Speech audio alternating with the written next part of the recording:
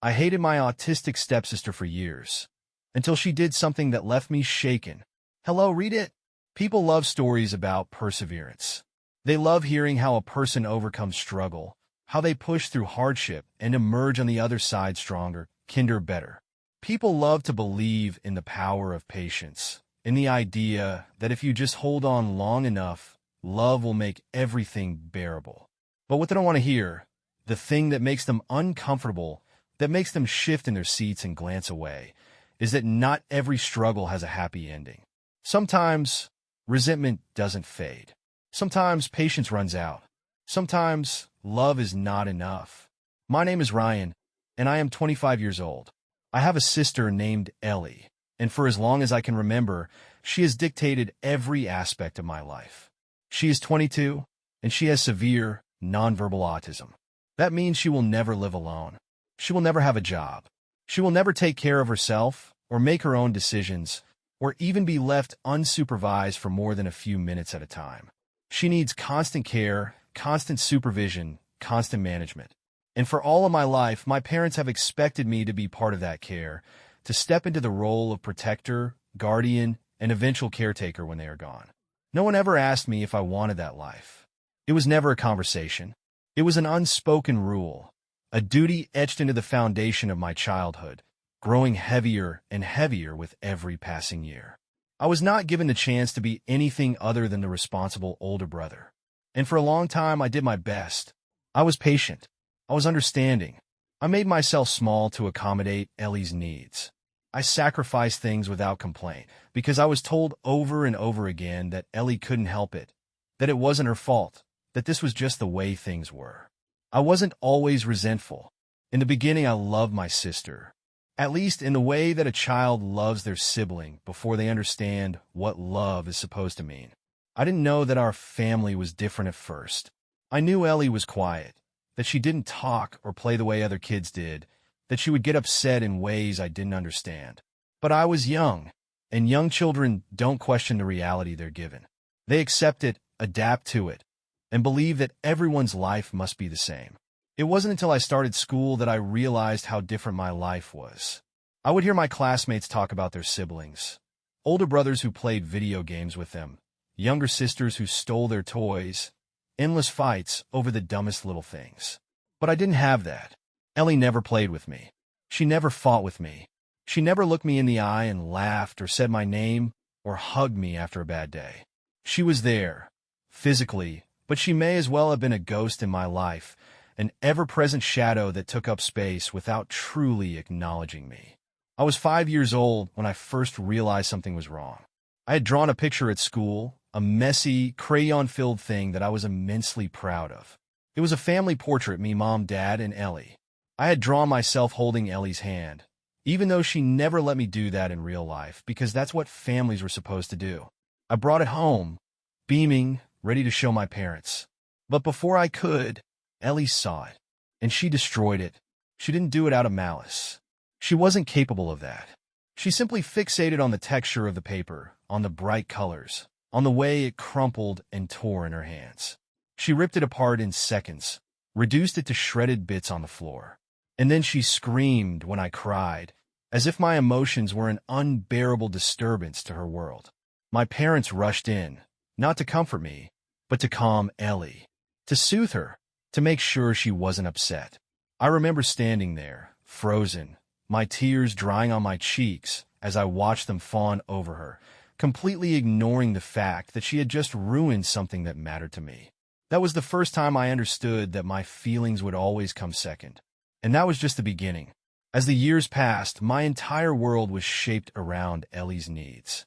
Everything in our house was carefully structured to avoid upsetting her. She only ate certain foods, so we all ate the same things. She only watched certain TV shows, so our family movie nights consisted of the same episodes playing over and over again. She couldn't handle loud noises, so I learned to be quiet. She had meltdowns over small changes, so I stopped asking for things that might disrupt our routine. When I was 8, I tried to have a sleepover. It was a disaster. My friend Mia and I stayed in my room, whispering and giggling, trying to have fun without being too loud. But it didn't matter. Ellie woke up, and her screams filled the house. She knocked over furniture, flailed her arms wildly, hit herself, hit the walls, hit anything within reach. My parents rushed in, their exhaustion so deep it had become part of them. Mia left early, too scared to ever come back. And that was the last time I ever invited anyone over. By the time I was a teenager, I had given up on trying to have a normal life. Every school event, every trip, every birthday, Ellie dictated all of it. My parents missed my soccer games because Ellie couldn't handle the crowds. I wasn't allowed to have a big birthday party because Ellie couldn't handle the noise. When I was 16, I got accepted into a summer program out of state, something I had worked so hard for. But my parents told me I couldn't go.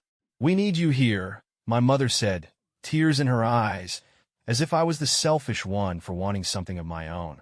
I started fantasizing about escape, about moving far away, about starting a new life where no one knew me as Ellie's brother. But deep down, I knew it would never be that easy, because no matter how far I went, the guilt would follow me. My parents had spent my entire life making sure I understood that one day, Ellie would be my responsibility, that when they were gone, it would be up to me to take care of her, that it was my duty, my role, my burden. And what kind of person would I be if I abandoned my own sister? But what about me? What about my life? Did I not deserve to have one? People will say that it's not Ellie's fault. And I know that. I have spent 25 years knowing that. But knowing it doesn't change the way I feel. It doesn't change the anger that simmers beneath my skin, the resentment that has taken root so deep that I don't think I'll ever be able to get rid of it. It doesn't change the fact that I look at my sister, the person I am supposed to love unconditionally, and feel nothing but exhaustion. And the worst part? I can't say any of this out loud, because if I do, it makes me the villain. It makes me heartless, selfish, ungrateful. It makes me the bad guy in a story where I never asked to be a character. But something has to change, because I can't keep living like this. And I don't know how much longer I can pretend that I don't hate the person who has stolen my entire life from me. People talk about invisible prisons as if they're only made of ideas, of intangible things like duty and obligation. But they don't understand what it's like when that prison has walls, when it has a front door you can't walk through, when it has chains so tight around your life that you can't breathe without feeling them. I have lived inside that prison for 25 years, and now I know I either find a way out, or I let it consume me completely. I tried to leave before, but I was weak. I let my parents guilt me into staying, let them convince me that Ellie needed me, that I was abandoning my family. But something has changed. Maybe it's the realization that I can't keep living like this. Maybe it's the anger that has been growing inside me like a sickness. Or maybe it's the fact that I've started to feel something even worse than hatred. I've started to feel nothing. I don't react anymore when Ellie has a meltdown. I don't rush to help when she throws herself to the ground, screaming, hitting herself, destroying everything within reach. I just stand there watching, numb to it all. The sounds don't make me flinch anymore. The routine doesn't exhaust me. It just feels hollow, like I am moving through a life that doesn't belong to me. And then something happened that changed everything. Something that finally broke whatever thread of patience I had left. Last week, my mother asked me to watch Ellie for a few hours while she and my father went out for dinner. I had done it a million times before, always the same routine. Keep Ellie calm, keep her entertained, keep everything the way she needs it to be so she doesn't spiral. But that night, something was different. Ellie was restless, more agitated than usual. She kept pacing, kept making these sharp, high-pitched sounds that made my skin crawl. She wouldn't sit still, wouldn't focus on the TV, wouldn't eat the food I prepared for her. And then, all at once, she snapped. She lunged at me. It wasn't the first time she had lashed out physically. When she was younger, she would hit me sometimes flailing, uncontrolled strikes that never really hurt. But she's an adult now. She's bigger, stronger than she used to be. And this time, she wasn't just flailing. She clawed at my arms, raking her nails down my skin hard enough to draw blood. She bit my shoulder, sinking her teeth in deep enough that I had to physically shove her off me.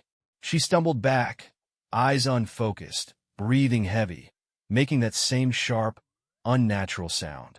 And I just stood there, staring at her, feeling nothing but cold, detached exhaustion. I didn't get angry. I didn't yell. I didn't even tend to the scratches on my arms.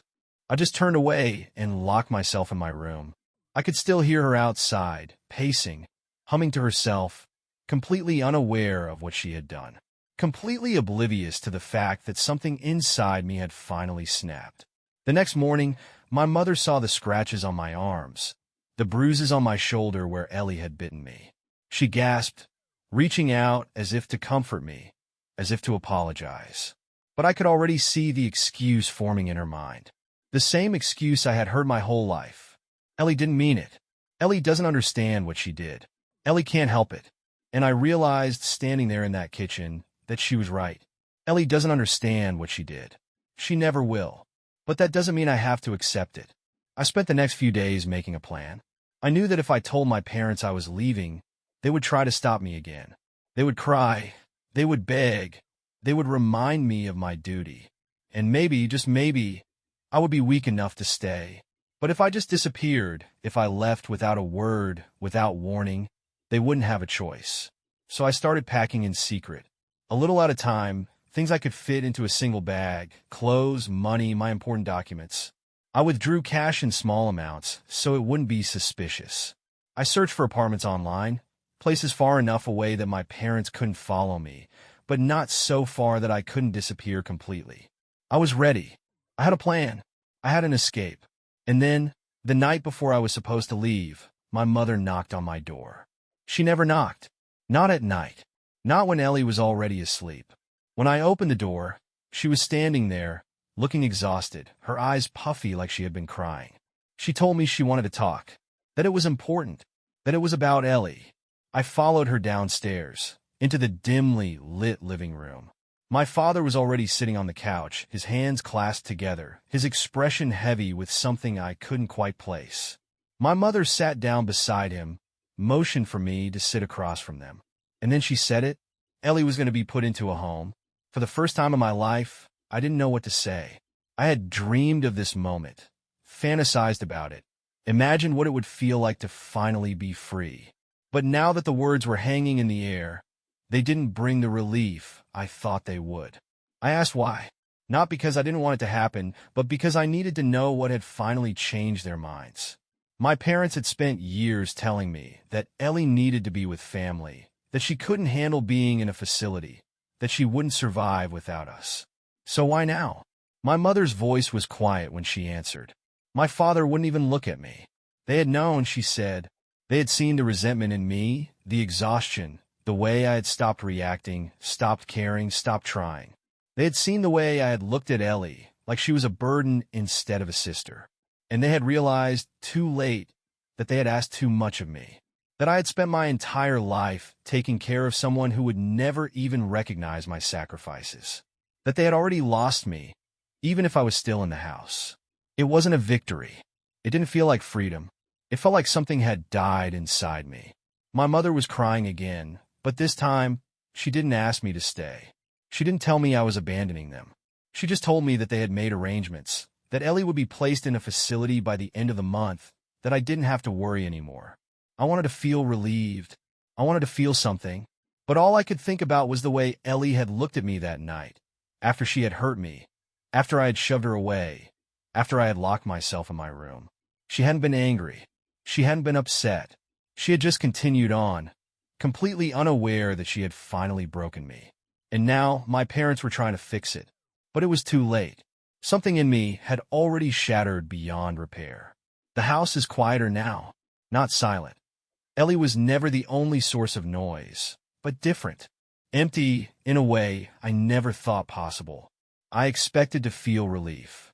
I expected to wake up each morning with a sense of freedom, of weight lifted, of space finally belonging to me. But instead, I wake up feeling hollow. Ellie has been gone for a week. It happened quickly. My parents didn't drag it out, didn't second-guess themselves, didn't cling to the idea that maybe things could go back to the way they were. I think, deep down, they knew there was no going back. They had seen what had become of me, seen the way I had checked out, seen the resentment that had taken root so deep that there was no longer any way to ignore it. They had watched as I moved through the house like a ghost, empty and detached, and they had realized, too late, that I had never truly been a son to them. I had been a second caretaker, a backup plan, a safety net they had built into their lives without ever asking if I wanted to be part of it. So they did what I never thought they would do. They let Ellie go. I didn't go with them when they took her to the facility. I stayed home, sitting in my room, staring at the walls, waiting for a rush of emotion that never came. No relief. No guilt. No relief. Just nothing. My parents returned a few hours later, their eyes red, their movements slow, their voices quiet. My mother didn't say anything to me. My father barely looked at me. And just like that, it was over. The life I had always known was gone. But I was still here. I thought it would be easy to leave once Ellie was gone. I thought that without the constant responsibility, the constant weight of obligation, I would be able to pack a bag and walk out the front door without hesitation. But I stayed. I lingered in the house, in the routines that no longer made sense, in the silence that had replaced the chaos. I moved through each day as if waiting for something to happen, some invisible permission to finally let go. And then, on the 8th day, I made a mistake. I went into Ellie's room. I don't know why I did it. Curiosity, maybe? Or some lingering sense of duty, some need to see the space that had always been hers, to confirm that she was truly gone. I stood in the doorway, staring at the untouched remnants of her life. The bed she never truly slept in, the shelves filled with the same few toys she had fixated on for years, the walls decorated with colors that had been carefully chosen to keep her calm. It felt frozen in time, a place that had never really belonged to me, but had always dictated my existence. I stepped inside, hesitated for a moment, then sat down on the edge of her bed. The blankets were smooth, tucked neatly as if she would be coming back. I ran a hand over them, half expecting to hear her footsteps in the hallway, to hear the familiar pattern of her pacing, to hear the repetitive sound she made when she was lost in her own world. But there was nothing, just silence. And then I saw it, a small piece of paper, tucked under her pillow. I frowned, reached for it, unfolded it with careful fingers. It wasn't anything special, just a torn scrap of notebook paper, crumpled at the edges. But the moment I saw what was on it, something inside me turned cold. It was a drawing, a childish, messy drawing, the kind made with thick crayons pressed too hard against the paper. The colors were bright, uncoordinated, shapes barely resembling what they were meant to be. But I recognized them immediately. There were two figures, one tall, one short, me and Ellie. The figures weren't holding hands, weren't interacting in any way, but they were close. Side by side. No names, no words, no explanation. Just us. I sat there for a long time, staring at the drawing, my mind struggling to make sense of it. Ellie didn't draw. She never had. She never showed interest in art, never picked up crayons, never created anything beyond the rigid patterns she repeated over and over again. I had spent my entire life believing she didn't understand relationships, didn't recognize the people around her as anything more than part of her structured world. But this was proof that I had been wrong. She had seen me, not just as a caretaker, not just as a presence in the house, but as something more. She had drawn me. She had put me next to her, and I had spent my entire life hating her. My hands were shaking. I didn't understand why. My heart was pounding, my breath shallow, my entire body frozen in place as I tried to process what I was feeling. Was it guilt? Regret? Or just fear? Fear that everything I had believed about Ellie, about myself, about the life I had been trapped in, had been a lie? I shoved the drawing back under the pillow and left the room. That night, I couldn't sleep. I lay in bed staring at the ceiling, my mind replaying every moment, every memory, every resentment I had ever carried. I thought about the times I had ignored Ellie, the times I had wished she didn't exist, the times I had dreamed of a life without her. I thought about the way she had looked at me after she had hurt me, the blankness in her eyes, the lack of recognition. And then I thought about the drawing, the proof that in whatever way she could, she had seen me. For the first time in my life, I didn't know how to feel about my sister. The next morning I made a decision. I was still leaving. I had to. Nothing had changed. Not really. My parents had finally let go of Ellie, but that didn't erase the years they had spent molding me into a version of myself I didn't recognize. It didn't undo the resentment, the exhaustion, the loss of everything I could have been. I still needed to get out. I still needed to find a life of my own. But before I left, I needed to see Ellie one last time. I had to know. Had she truly seen me? Had she ever understood who I was? Had I spent my entire life hating someone who had, in her own way, loved me back? I didn't tell my parents where I was going. I just got into my car, found the address of the facility, and started driving. By the time I arrived, my hands were shaking again. I didn't know what I expected to find. Maybe nothing. Maybe the same blankness, the same indifference, the same proof that Ellie was exactly who I had always believed she was. Maybe the drawing had meant nothing. Maybe it had just been lines and colors without reason, without meaning, without intention. Or maybe it had meant everything. I stepped out of the car, took a breath, and walked toward the entrance. I wasn't ready for the truth, but I needed to know. The facility was nothing like I expected. I don't know what I had pictured. Maybe something cold and clinical, a place that looked more like a hospital than a home, a building filled with people who had been placed here because their families had given up on them. I expected it to feel sterile, distant, detached from the life I had always known. But instead, it looked almost normal, comfortable, even. The lobby had warm lighting, soft chairs, a front desk where a woman with kind eyes greeted me, as if I was just another visitor, and not someone who had spent his entire life trying to escape the person he was here to see. I told her my sister's name, gave her my ID, signed the forms they handed me without really reading them. My hands were shaking the whole time, though I wasn't sure why. Maybe it was fear, maybe it was guilt, or maybe it was something deeper, something I wasn't ready to name. A staff member led me down a quiet hallway, past doors that were left slightly open, revealing glimpses of the lives being lived inside. Some rooms had people sitting on the floor, rocking back and forth in their own world. Others had soft music playing, small comforts tucked into corners, a favorite blanket, a row of identical toys, a stack of neatly arranged books that I doubted were ever touched. It was strange seeing it all up close. I had spent my whole life in a house that revolved around Ellie's needs, but here, she was just one of many. And then we reached her room. The staff member knocked lightly before opening the door, stepping aside to let me in. My heart was pounding, my breath shallow. Every part of me tensed as I took that first step inside. Ellie was sitting on the floor. She didn't react when I entered, didn't look up, didn't acknowledge my presence in any way. She was holding something in her hands, something she was running her fingers over repeatedly in a rhythmic motion, completely absorbed in the sensation. I took another step forward, my shoes barely making a sound against the floor, and finally, she looked at me.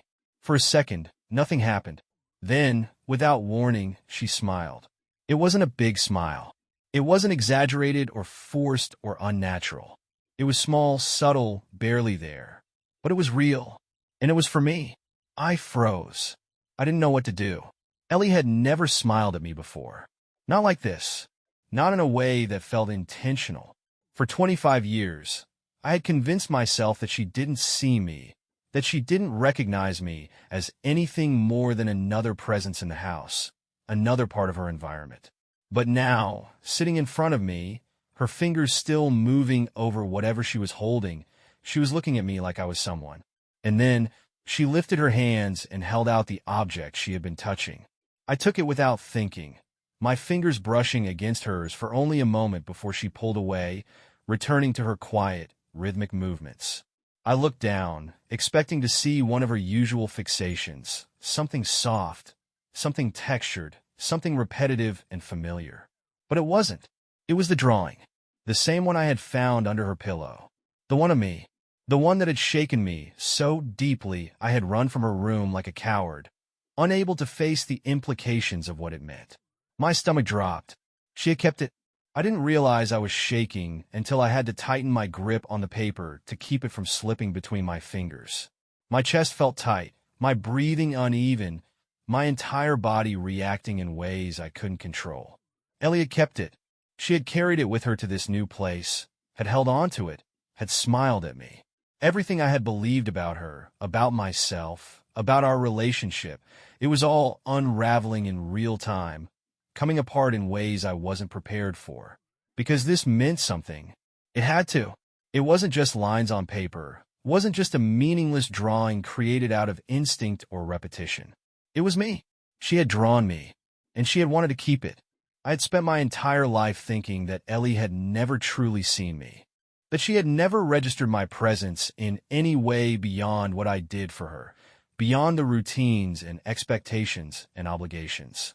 I had convinced myself that my existence in her life was incidental, that I was just another part of the background, another moving piece in the carefully constructed world our parents had built around her. But I had been wrong. Ellie might not have been able to say my name. She might not have been able to hold a conversation, to express herself in ways I could easily understand, to interact with the world the way I had always wanted her to. But she had seen me. I didn't know how long I stood there staring at the drawing, my mind spiraling through memories, through moments, through every single time I had thought she hadn't cared about me, through every moment of hatred, every ounce of resentment, every time I had wished she didn't exist. And I thought about the night she had hurt me, the night she had clawed at me, bit me, drawn blood in a way she had never done before. Had she known? Had she sensed it? That I was slipping away, that I was shutting down, that I was on the verge of leaving forever? Had she lashed out not just from frustration, not just from overstimulation, but from fear? Had she been afraid of losing me? The thought sent a chill down my spine. I had always assumed that Ellie was incapable of understanding things the way I did, that she didn't recognize emotions, relationships, connections. But what if she had? What if she had understood more than I had ever given her credit for? What if, in her own way, she had loved me all along? I looked back at her. She was still sitting there, still calm, still lost in whatever quiet world existed inside her mind. The smile was gone, but the warmth wasn't. She was still watching me, still waiting, still present in a way I had never truly noticed before. And for the first time in my life, I didn't see her as a burden. I didn't see her as a mistake, as an obstacle, as the thing that had stolen my life from me. I saw her as my sister. I didn't say anything. I didn't reach out. I didn't try to force some grand reconciliation. Didn't let the weight of my realization push me into making promises I wasn't sure I could keep. I simply nodded. Then carefully I folded the drawing and tucked it into my pocket. I wasn't sure what it meant. Not yet. Not fully. But I knew one thing for certain. I wasn't leaving empty-handed. I left the facility with the drawing still folded in my pocket, my hands tight around it like it might disappear if I let go. My mind was a mess, a swirling storm of thoughts that wouldn't settle, wouldn't make sense, wouldn't let me breathe. I had gone there expecting answers, expecting confirmation that leaving was the right choice, expecting to look Ellie in the eyes one last time and feel nothing. But instead, I had walked out of there more lost than I had ever been. I sat in my car for a long time, staring at the dashboard, feeling the weight of something I didn't fully understand pressing down on me. The plan had been simple. See Ellie. Say goodbye. Leave. No second-guessing, no looking back. But now, the certainty I had clung to for so long was unraveling. She had seen me. Maybe not in the way I had always wanted, maybe not with the depth or clarity that other siblings had, but she had, and that changed everything. Or maybe it changed nothing. I had spent my entire life suffocating under the weight of her needs, buried beneath the expectations that I would always be there, that my existence was tied to hers, that I would never be allowed to have a life beyond her shadow. Did one drawing erase all of that? Did one moment of connection undo decades of resentment? No, it didn't. I still had to leave, didn't I? I started the car, gripping the wheel tighter than necessary. My knuckles were white, my breathing slow and controlled. The sun was setting, casting long shadows across the parking lot. I needed to get out of here. I needed to go. And then I checked my phone. Missed calls. Messages from my mother. My father. Over and over again, urgent, frantic. Something had happened. I didn't hesitate. I turned the car around and drove home as fast as I could. The house was dark when I pulled into the driveway, but I could see my parents through the window, their figures moving frantically, their gestures sharp with panic. I barely had time to step inside before my mother was rushing toward me, her face pale, her hands trembling. My father was standing behind her, arms crossed, silent, his expression unreadable. The tension in the air was suffocating. Ellie was missing. The words hit me like a punch to the gut. She had run away. I didn't understand. Ellie never left. She never broke routine, never strayed from the carefully structured world built around her. She wasn't capable of making decisions like that. My mind raced, trying to piece it together, trying to make it make sense. But nothing did. Then my father spoke. His voice was quiet, strained. She had been asking for me. Not in words, not in ways most people would recognize, but in the ways she could. The repetitive gestures, the pacing, the humming sounds that mimicked the rhythm of my footsteps when I used to walk past her room at night. They hadn't understood at first, hadn't realized what she was doing. But then, just hours after I had visited her at the facility, just hours after I had finally looked at her, finally seen her, she was gone. She had followed me. I felt sick. My mind flashed back to the drawing, the one still burning a hole in my pocket, the one she had held on to for so long, the one she had given to me as if it meant something. Had she known I was leaving? Had she felt it? Had she understood? I didn't have time to think about it. I just turned and ran. My parents were calling my name, but I barely heard them. My pulse was roaring in my ears, my body moving on instinct, muscle memory, guiding me before my thoughts could catch up. I knew where she would be. I knew. The park. The one near our house, the one we had gone to when we were kids, the one where she had never played but had always watched. I remembered it suddenly, vividly, me running across the grass, climbing the jungle gym, throwing a ball that she never caught. And Ellie, standing by the benches, staring at me, never playing, never laughing, but always watching. I drove there without thinking, my hands gripping the wheel, so tightly my fingers ached. The sky was dark now. The park bathed in the glow of streetlights, shadows stretching long across the ground. My breath was uneven as I got out of the car, scanning the empty space, searching, hoping. And then I saw her. Ellie was sitting on the swings, not moving, not rocking, not making a sound, just sitting, waiting. She turned her head when I approached, her expression unreadable, her body still. I didn't know what to do, what to say. So I just sat down on the swing next to her, the old chains creaking under my weight. The silence stretched between us. Then, slowly, carefully, Ellie lifted her hand and reached for mine. I let her. Her fingers curled around mine, small and fragile and warm. I stared down at our hands, at the space where we were connected, at the thing I had spent my entire life running from. Ellie had followed me, because I was leaving, because she had understood. The weight of it crashed over me like a wave. I thought I had been invisible to her my entire life. I thought she had never seen me, never recognized me, never cared. But I had been wrong. She had always been watching, always been waiting. And now, when she had felt me slipping away, when she had sensed that I was finally breaking free, she had followed. Because in her world, I was home. I closed my eyes, exhaling shakily. I had spent years resenting Ellie for taking my life away from me. But I had never stopped to realize that, to her, I was her life. The air was cool against my skin. The night was quiet. My parents were probably still looking for us, panic clawing at their throats, but for now, in this moment, there was just me and Ellie sitting side by side on the swings, hands intertwined, caught between two worlds. And for the first time in my life, I didn't know if I was still running, or if I had just found the one thing I had spent my whole life searching for. Home.